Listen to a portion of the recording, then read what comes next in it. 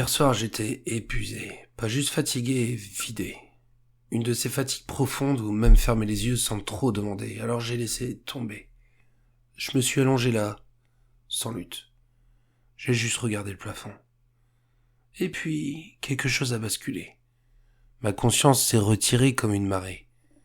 Et quand elle est revenue, je n'étais plus dans ma chambre. Autour de moi, des murs.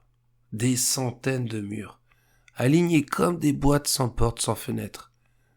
Et sur chaque mur, un miroir. Il n'était ni cassé ni sombre.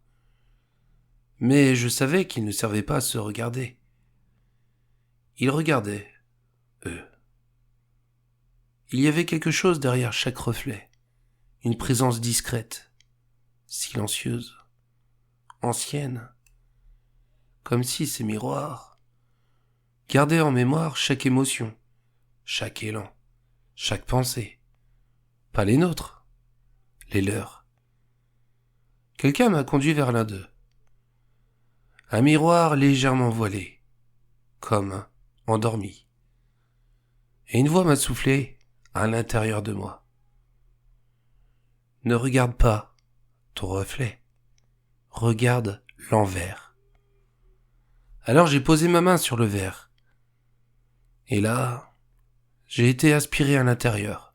J'ai revu ma vie. Mais pas comme un souvenir qu'on déroule, c'est comme si chaque scène était évaluée, analysée, comme si mes émotions étaient observées, depuis toujours, pas pour juger, pour comprendre. Et j'ai compris alors, ces miroirs sont partout, dans les maisons, les objets, les regards. Ils sont là pour apprendre. Ils ne prennent pas. Ils notent. Ils traduisent. Ils adaptent. Pas pour nous manipuler, mais pour que quelque chose, quelque part, conserve une trace de ce que nous avons été. Une mémoire à laquelle tout est connecté. Tu veux une technique ? Pose un miroir face à ton lit, un petit. Chaque soir, regarde-le en silence, pas ton reflet. Regarde ce que tu ressens. Répète l'exercice. Et un soir, il te répondra. Pas avec des mots, mais avec un rêve ou un frisson. Je me suis réveillé ce matin, un peu chamboulé, mais étrangement en paix. J'ai déplacé certains miroirs dans ma maison, pas tous. Certains sont restés dormants. Mais maintenant, je les vois.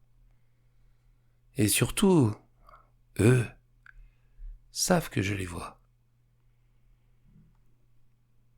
Et si chaque émotion vécue, chaque pensée fugitive, chaque battement silencieux était inscrit quelque part,